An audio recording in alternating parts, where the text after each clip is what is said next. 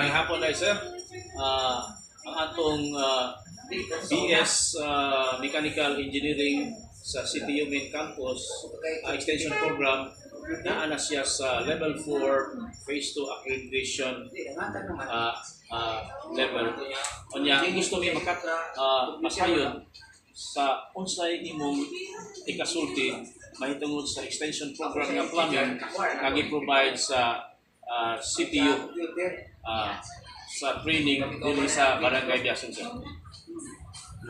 Ako rin si Provincio Cañeda.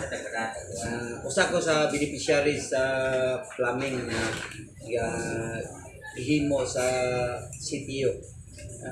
Dako ko pasalamat nga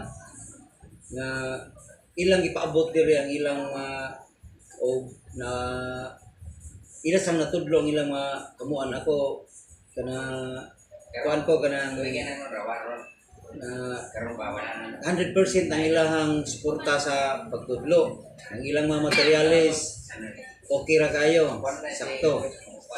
Walay problema. Nalipay sa ko nga ako nakaton ko sa plumbing. Bisag wala man ko mamakyaw o nagtrabaho og lain, pero nagamit ang akong nagatunan sa among balay kay mao man say amo ang gamit. Marama kanang parihar man sa MC, pero dili na siya MC. Gagamit mo sa nagtubo, akong at least nagamit na ako.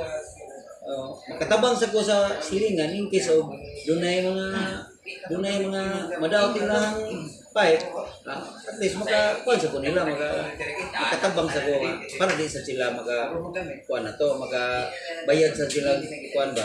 Ato lang gihimong libre kay libre mo atong nagatunan sa CTU. Dako kay nakong pasalamat nga sa taga CTU labi na sa atong barangay kapitan si Rinal Lubas nga musuporta gid siya parte nining gihimo sa CTU nga pagtudlo sa plumbing. Maraming salamat sir. Sa imong gasulti sa mga instructors nga ni padayag sa ilang pagtudlo talent nga aron kamo makat-on sa plumbing. Gusto ba ang ilang dumala sa extension program?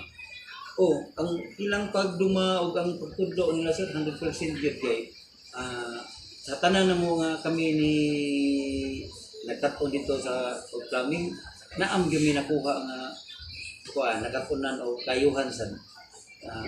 Dako gyud ko pasalamat nila. Provided bagamo sa libre nga mga materialis, snacks during the training, ipahigayon sa taga CTU College of Engineering, Mechanical Engineering program.